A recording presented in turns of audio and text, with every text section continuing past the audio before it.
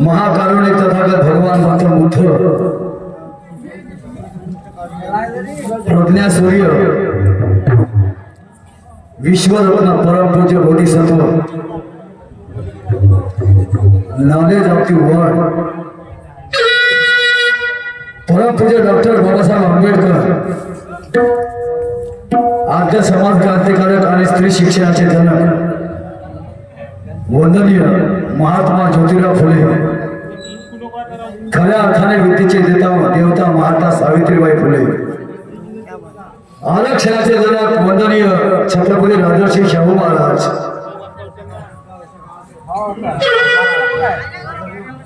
त्याप्रमाणे स्वराज्य संस्थापक हिंदवी नाही फक्त स्वराज्य संस्थापक वंदनीय छत्रपती शिवाजी महाराज राजमाता जिजाऊ माता भीमाई माता रमाई माता यशोधरा लोकशाही अण्णाभाऊ साठे लहुजी साळवे नामदेवराव वाली जगद्गुरु संत शिरोमणी तुकोबराया ग्रामगीता प्रणेते वंदनीय राष्ट्रसंत तुकडोजी महाराज आणि वैराग्याचे मोठे राष्ट्रसंत गाडगे बाबा त्याचप्रमाणे कर्मवीर भाऊराव पाटील आधी समस्त संत महापुरुषांना बहुजन उद्धारक महापुरुषांना आणि महामायांना त्रिवार अभिवादन करतो. शाहीर या नात्याने मानाचा पुत्र करतो. घडलेल्या कार्यक्रमामध्ये जांभळी या गावामध्ये पहिल्यांदा शाहिरीच्या माध्यमातून मी आलेलो आहे. मी इथं आल्यानंतर मला माहिती पडलं की इकडचे काही लोक सांगतात की शाहीर पुरुषोत्तम खांडेकरची पार्टीच नाही ना आली, पार्टी तुटली बा. मला इथे आल्यानंतर कळलं, अनेक लोकांनी मला सांगितलं बरं झालं मग तुम्ही ठरवलं कशाला मला पार्टीच नव्हती. चला काही हरकत नाही, आता तुमच्या डोळ्याने मी दिसत आहो ना आणि जिवंत आहो ना. उद्याची उद्या, आज तर जिवंत आहो.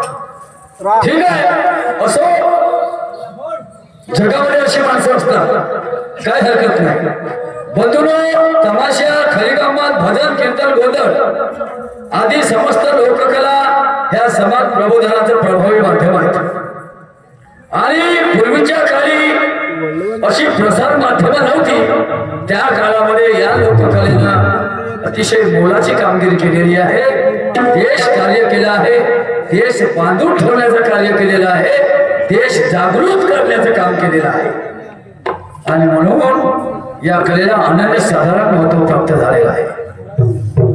त्याचप्रमाणे हे प्रबोधकारांनी आपल्याला काही सांगावं,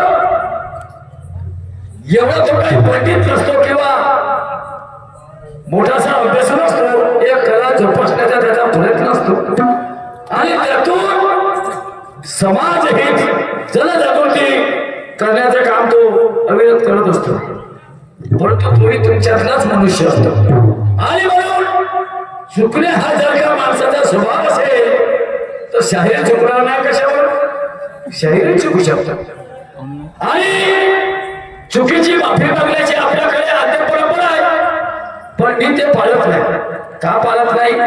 कारण माझ्या चुकीत मला माफ केल्याने सुधारणार नाही, दुरुस्त होणार नाही. मी वैज्ञानिक दृष्टिकोन ठेवत असतो तरी. आणि म्हणून मी अशी विनंती करेल की जिथे कुठे माझ्या चुका घडल्या त्या चुका माझ्या निदर्शनास आणून द्या. कार्यक्रमाच्या सरतेशेवटी का होईना त्या मी दुरुस्त करून टाकेल. आपले उपकार होतील एवढी विनंती करतो.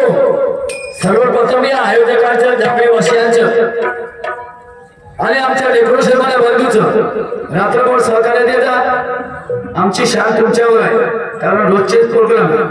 आता आम्ही ज्या गावात येत आहोत त्या गावाचं नाव होतं टाकळी, कुजबा टाकळी, वेलतूर, मांडळकडे. तिथं दिवसभर कार्यक्रम केला सिंगल आणि तिथून आम्ही इकडे येत आहोत. उद्या आहे, परवा आहे, नरवा आहे, सगळं 16 तारखेपर्यंत फुरसतच नाही.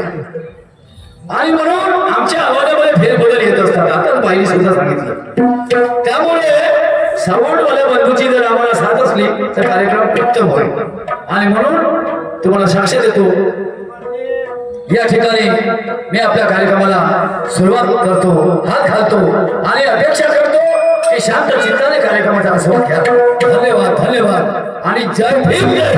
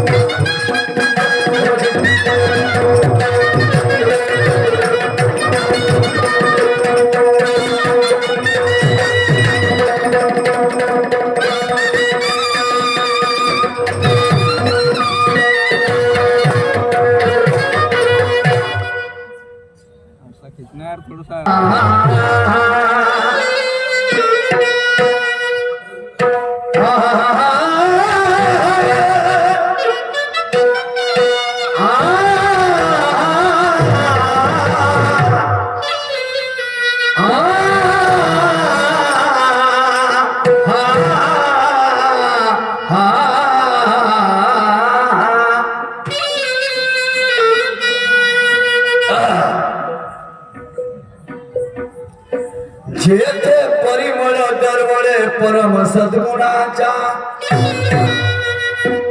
जेथे परिमळ दरवळे परम सद्गुणाचा, आणि इतिहासी आहे ऋणी अशाच सज्जनाचा. जेथे परिमळ दरवळे परम सद्गुणाचा, परिमळ म्हणजे सुगंध. जेथे परिमळ दरवळे परम सद्गुणांचा आणि हा इतिहास आहे ऋणी अशाच सज्जनांचा. हृदय गंगारी भरले जल कल्याणाचे पावित्र आणि परोपकाराच्या पदकमले सदले तेल चित्र.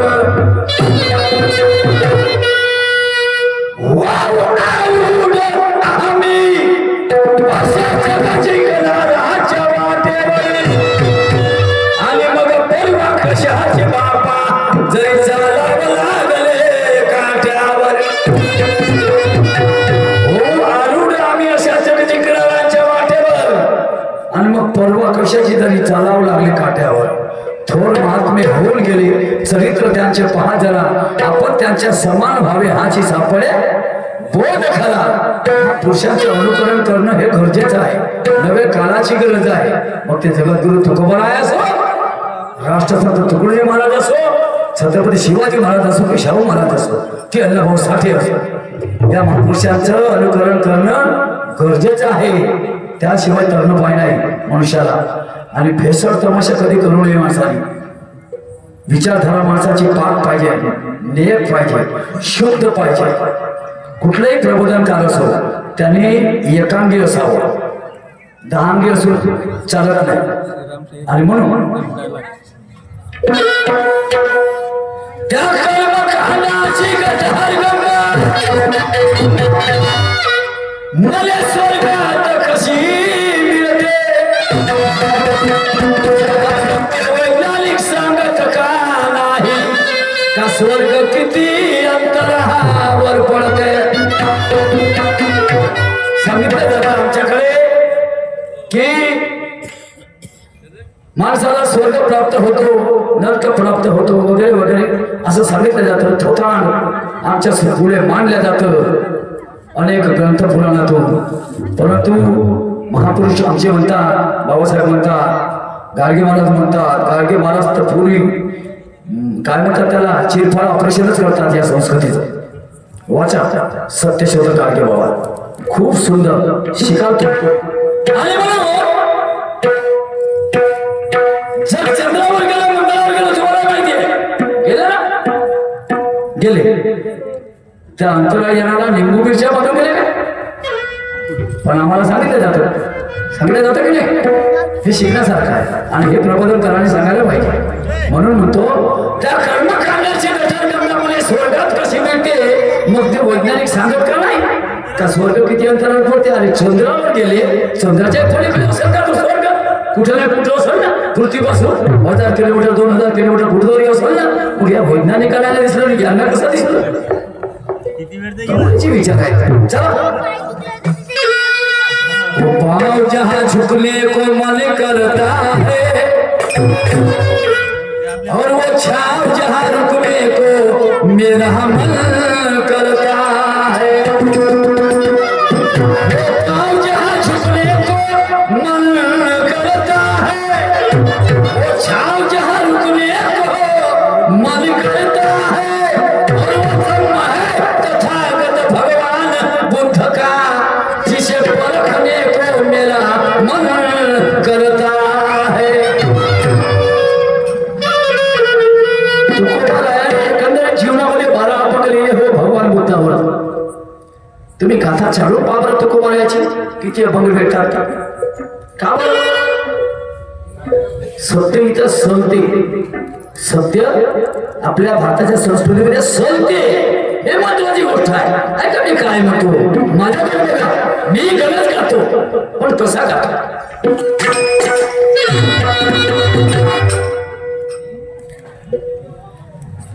नजरियो जो दुश्मन पे भी मेहरबान, नजरियो जो दुश्मन पे भी मेहरबान हो. अरे जुबा हो जो एक प्यार की दास्ता हो.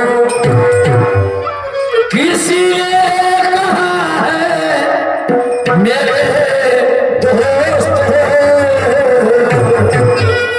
किसी ने कहा है मेरे दोस्त हो. पूरा मत सुनो, पूरा मत देखो, पूरा मत सुनो, पूरा मत देखो, पूरा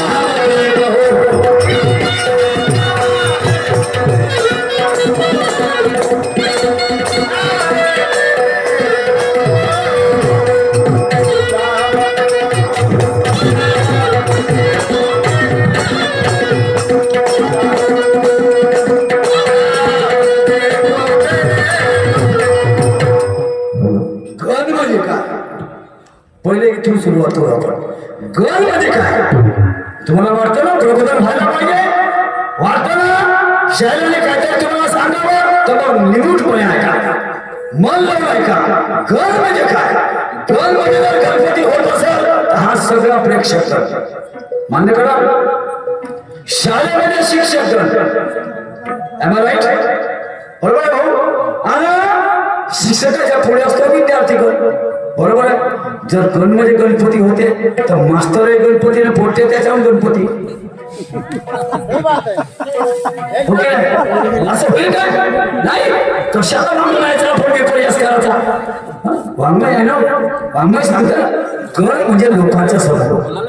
आपलं राष्ट्रगीत आहे जन गण मन वधी नायक, बरोबर आहे. जन म्हणजे म्हणजे लोकांचा समूह आणि गण त्याचा अधिनायक.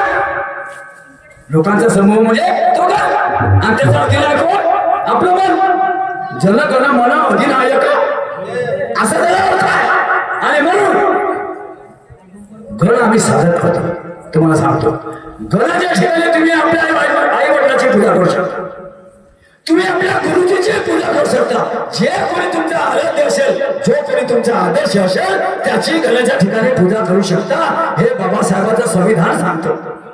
अभिव्यक्ती स्वातंत्र्य 6 प्रकारचं आहे. तुम्हाला माहिती आहे, विचार स्वातंत्र्य, मत स्वातंत्र्य, भाषा स्वातंत्र्य, राज्य स्वातंत्र्य, संत स्वातंत्र्य, आहे की नाही, धर्म स्वातंत्र्य, अशी 6 प्रकारची स्वातंत्र्य तुमची संविधानामध्ये आबादित आहे, कायदेशीर आहे. कोणीही त्यावर बंदी घालू शकत नाही. आणि घातल्याला गेला तर कायदेशीर त्याला सजा होऊ शकते. कोणाचं स्वातंत्र्य हिरावू शकत नाही, प्रत्येकाला आहे ते. आणि म्हणून गण आहे का, हे माझी नसून या जगाची कहाणी, हे माझी नसून या जगाची कहाणी, अरे मांडले हे पत मतांतरी इथे किती कानी, कृपेच्या प्रसादे किती दाहिले, कृपेच्या प्रसादे किती दाहिले, तरीही त्याग अरे आधी गरी पाहिले, तरीही त्याग अरे आधी गरी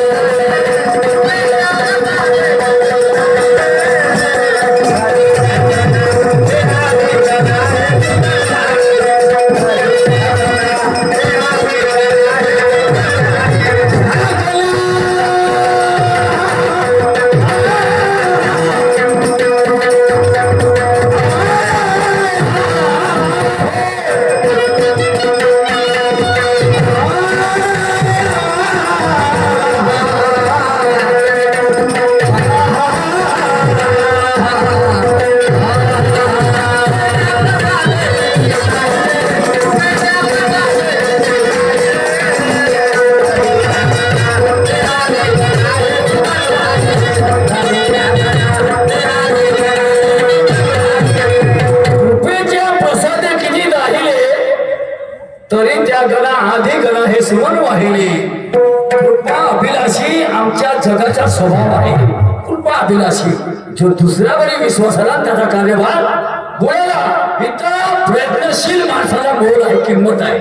प्रयत्नशील माणसाचीच किंमत झाली, त्याचाच विकास झाला, डेव्हलप झाला, अन्यथा नाही.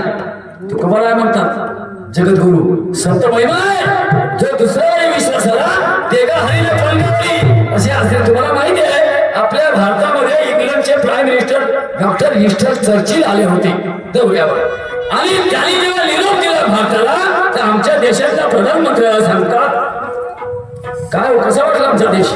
नाही म्हणे, ठीक आहे, पण म्हणे तुमच्या देशातला मनुष्य हा आळशी आहे. हे बक्षीस मिळालं आपल्याला. हा, हे बक्षीस मिळालं.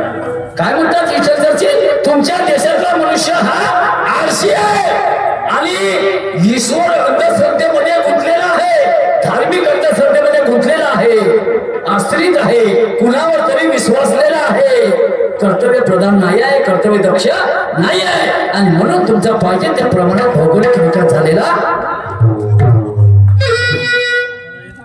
सांगा ना, विचारा सत्यपाल महाराजाला, हिंदू काल महाराजाला विचारा, सांगतील काय ह्या गोष्टी? सांगतील काय? आम्ही सांगू शकतो. आणि म्हणून अभ्यासांती बोलावं लागतात. अभ्यासांती, अभ्यासाविना बोलू नाही. ऐका काय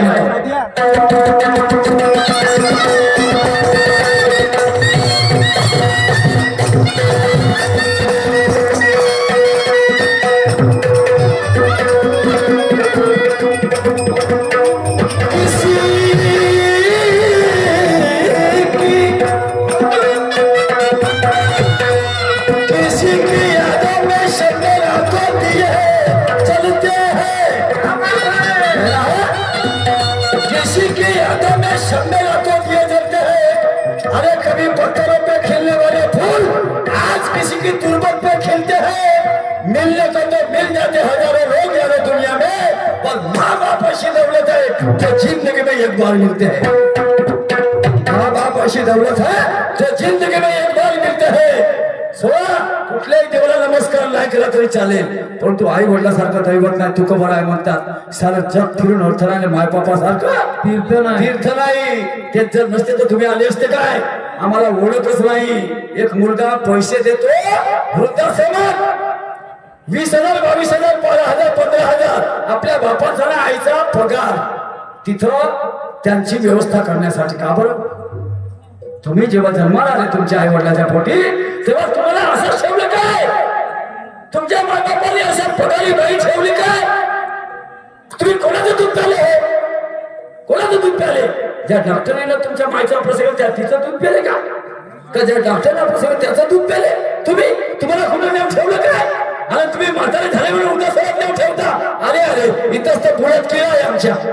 आम्ही घरचे देव नाही समजू शकलो. पातर पूजे हरी मिळे तो माय पूजे पहाड कबीरदास कहते हैं. बरोबर आहे. सगळ्याचा देव देत नाही. घेतला नवसान पोट कुणाला होत नाही. पण आमची बिमारी काही केल्या जात नाही. हे कोण सांगल? कोण सांगल? हे संतांचीच उदाहरण आहेत ना, नाही का? देव मानला दगड ठेवणारा पायापरती फोडे राहणार. ज्या अभंगासाठी तुकोबा राहायचा खून करण्यात आला तो हा अभंग आहे तुकोबा राहायचा. म्हणजे पाहता लटके सकळ कुठे माया झाला दावी देवा. तुकोबा राय म्हणतात म्हणजे पाहता लटके सकळ कुठे माया झालं दावी देवा. कोणाच्या कोणाशी न देणे संबंध आहे तो शुद्ध बुद्ध ठाई ठाई. तुकोबा राहायचा अभंग आहे. वाचा. हा पण त्याच्यामध्ये मोठ्या प्रमाणावर भेसळ केल्या गेली. मोठ्या प्रमाणावर प्रत्येक बुद्ध साहित्यात सुद्धा भेसळ केल्या गेली आणि संतांच्या साहित्यात सुद्धा अनेक प्रकारची भेसळ केल्या गेली. आणि म्हणून पुढे मी काय म्हणतोय का,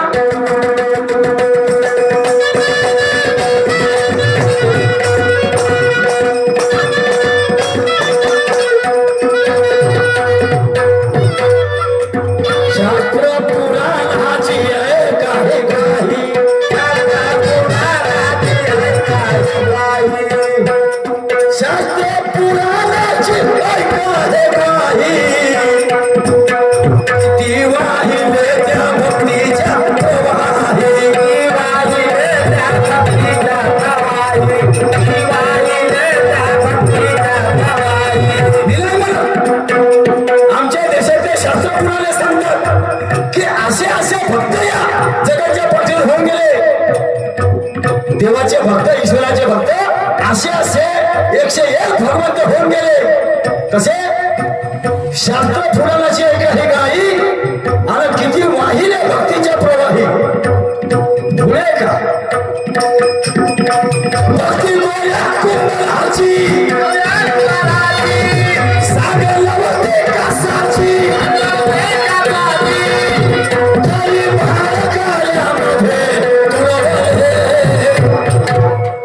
काय वाटेल भक्तीमुळे काय पत्री पडलं?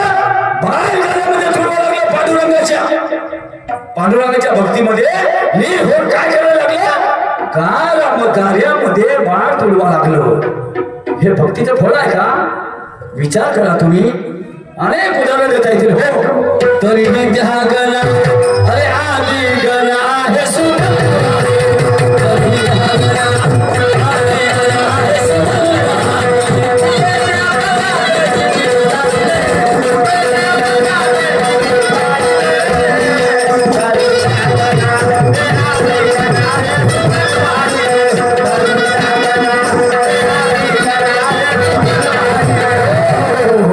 याच्या पुढे देवाने म्हणते जळीचं दळण दळू लागला. कपिलाच्या शेले निघले. चोखोबाची धोळ वाढली. बरोबर आहे ना? गोळबा काकाची मुलगी घडवू लागली वगैरे वगैरे. हो ना? चल ऐका मी काय म्हणतो पुढे.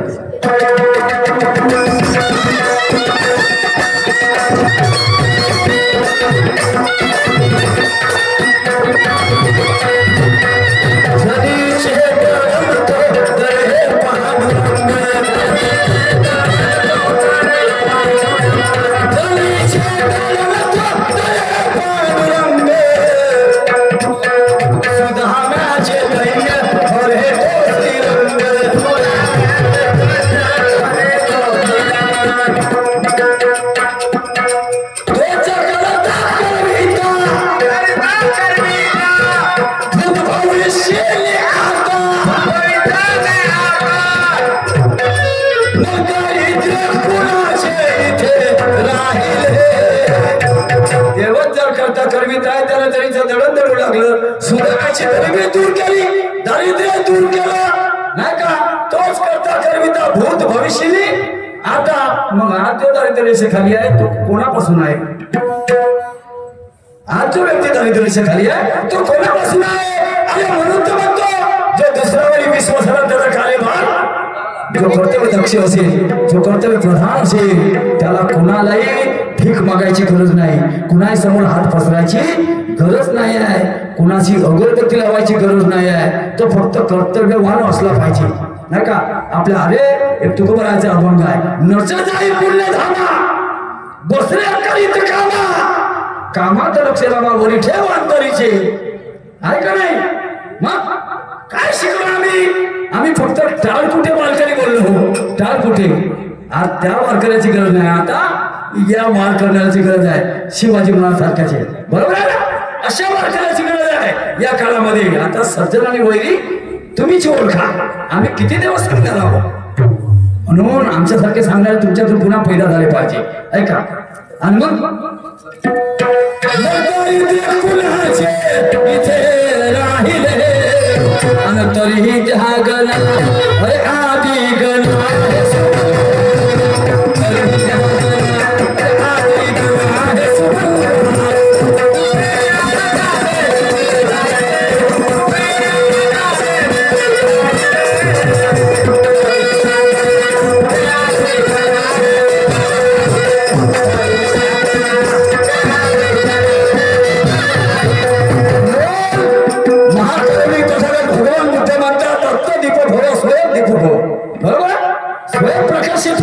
स्वतःचा प्रकाश स्वतःच बना, स्वतःचा आधार स्वतःच बना नाही का. आपल्या मनाला विकसित करा, अपने माइंड को डेवलप करो खुद, और खुद ही खुद का आधार बन जाओ. हे भगवान बुद्धाने सांगितलं. आणि म्हणून तुम्हाला एक उदाहरण सांगतो. एक वाटसाळू रस्ता चुकला, रात्र होऊन गेली आणि रात्र झाल्यानंतर एका जंगलामध्ये अरण्यामध्ये चौरस्ता आला, ज्याला चौक म्हणतो. चारीकडे चार लोक गेले आणि त्याला आठवलं की म्हणे देव संकटकाळी धावून येते मदत करते, म्हणून तो तिथं बसला. पण कोणी तिथं येत नव्हतं, जात नव्हतं, पाखरू नाही, माणूस नाही, काही नाही. मग तो विचारात पडला, म्हणे आपण देवाची आराधना करून राहिलो पण कोणीच आपल्याला इथं मार्ग दाखवायला तयार नाही आहे. पण त्याच्या डाव्या बाजूला एक शेंदूर लावलेला दगड होता. काय शेंदूर लावलेला त्याच रोडाच्या बाजूला दगड होता आणि उजव्या भागाला एक चुन्यानं सावलेला किलोमीटरचा दगड होता उजव्या भागाला. आता मला सांगा, या वास्तवला माहित नाही का जांभळी कोणी गेलाय म्हणून? बरोबर आहे, वास्तवला माहित नाही, सांगणार तिथं कोणी नाही. आता या शेंदूर लावलेला दगडाला त्याला टोपल्यानं जरी शेंदूर लावला तो दगड सांगेल काय का जांभळी इकडे आहे म्हणून? सांगेल काय? आणि इकडे जो चुन्यानं सावलेला दगड आहे त्याला एकाही रुपयाचा खर्च नाही, त्याच्यावर लिहिलं आहे, पान सुद्धा दाखवलं आहे. एका रुपयाचा खर्च नाही, तो दगड सांगते का जांभळी या दिशेला 3 किलोमीटर आहे. सांगा, विचार करा, तुम्ही विचार करा. आणि म्हणून आम्ही स्वतः स्वयंभू असलो पाहिजे. यालाच म्हणतात तत्वदीप भव स्वयंदीप भव. बरोबर आहे. आणि याच्यावर जर आपण श्रद्धा ठेवली हे निवड अंधश्रद्धा झाली, कारण ह्या कधीच सांगणार नाही. तुम्ही मेला तरी चालत तिथं, पण हा सांगेल काय? तुमच्यावर अवलंबून आहे बांधवानो, मी सांगणार नाही. आणि म्हणून का शेवटचा कळवा आहे, मॅडमचा प्रश्न आहे. मॅडमने आमच्याकडे एक प्रश्न केला आणि त्यांचं म्हणणं आहे की मतलब अशा 8 गोष्टी आहेत. बाईजी, तुम्ही जिथे कोणी असाल माझे 2 शब्द ऐकून घ्या. तुम्ही कधी वस्तू म्हणता आणि कधी गोष्टी म्हणता. आम्ही गृहीत काय करायचं? आताच्या आता पाहिलं बरं मी, आताच्या आता तुमचं चांगलं खात देऊन ऐकलं मी. हो, तुम्ही म्हणाले जिथे कुठं असाल माझ्या प्रश्नाला लक्ष ठेवा. मी ठेवूनच होतो, तुमच्या पाठीमागच होतो. मी ऐकलं तुम्ही कधी वस्तू म्हणता कधी गोष्ट म्हणता. अरे गोष्ट म्हणजे वस्तू नाही, वस्तू म्हणजे गोष्ट नाही. होते काय? कोण सांगते इथं? होते काय? काय तुम्ही कॉन्फिडन्स आहात का? त्यावर कॉन्फिडन्स आहे का तुमचं? हे आधी तय करा आणि मग विचारा प्रश्न. आता म्हणतात ह्या 8 अशा गोष्टी आहे. आई वडील आणि काय काय म्हणतात? पैशाने आरोग्य. हे पैशाला कोण नाही म्हणते? पैशावर लोक जीवाचा जीव वाचून राहिले, आरोग्य नाही आहे. वा अरे वा, काय मोठी गोष्ट आहे. सखोल विचार करा आणि मग बोला, काय हरकत नाही. तुम्ही म्हटलं राजात केली झाली हो, शाळेने प्रश्न विचारला, प्रश्न झाला आणि मला त्याचं उत्तर देणे भाग आहे. तर मॅडम तुम्ही म्हणता की अशा 8 गोष्टी आहेत, 8च का बा? माझा प्रश्न आहे, 8च का? 7ही नाही, 9ही नाही, मग 8च का? ओके, बरोबर आहे ना? तर मॅडम आपलं शरीर हे अष्टधा प्रकृतीने बनलेलं आहे. शरीर आपलं अष्टधा प्रकृतीने बनलं आहे आणि ह्या 8 गोष्टी कधीही विकत घेता येत नाही. प्रत्येक माणसाला मोफतच मिळते. प्रत्येकाचं शरीर याच गोष्टीने बनलं आहे. हे पैशाने मिळतच नाही. सवय काय? आणि समजा तुम्ही पैसे घेत असाल तरी तुम्हाला मोफत आधीच मिळाला आहे, नाही का? पैसे कमवाल या गोष्टीचे पैसे मोजाल केव्हा? तुम्हाला आधीच मिळालेल्या आहेत ह्या गोष्टी. कोणत्या? आप, तेज, वायू, पृथ्वी आणि आकाश. 5 गोष्टीसाठी कोण पैसे खर्च करते भाऊ? कोण पैसे खर्च करते या गोष्टीसाठी? बरोबर आहे ना? आणि रस, दम आणि सत्व हे आधीच्याच तुमच्या शरीरामध्ये शिरलेले असतात. समज काय? जन्मताच ह्या गोष्टी आपल्याला मोफत मिळतात आणि ह्या पुन्हा घ्यायची गरज नाही आणि पैशाला मिळत नाही. हे तुमच्या प्रश्नाचं उत्तर माझ्या मते. आता मी तुम्हाला विचारतो,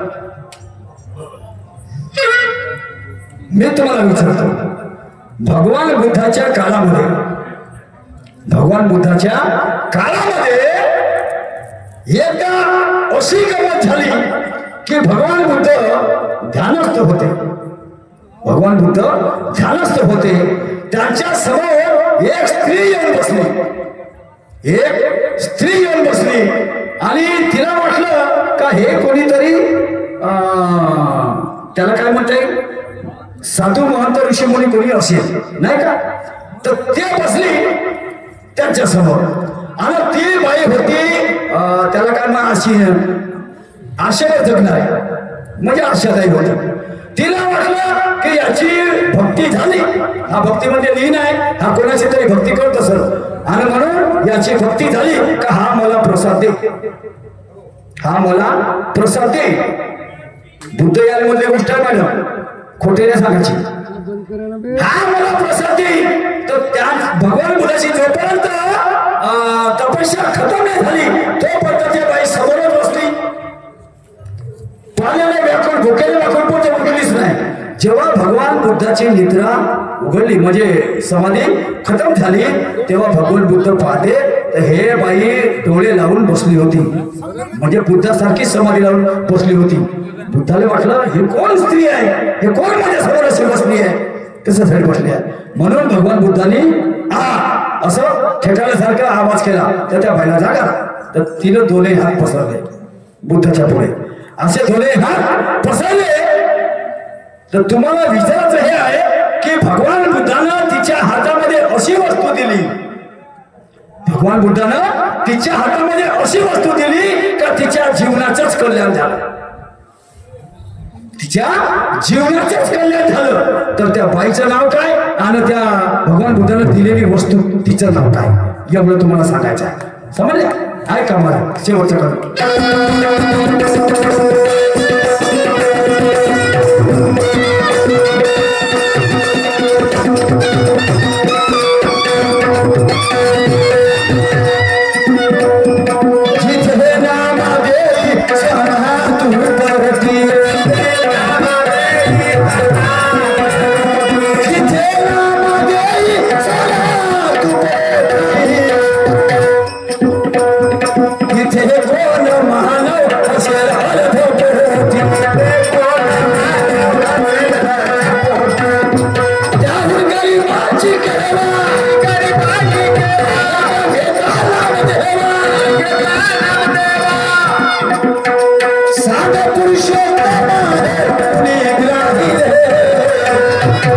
काय म्हणतो?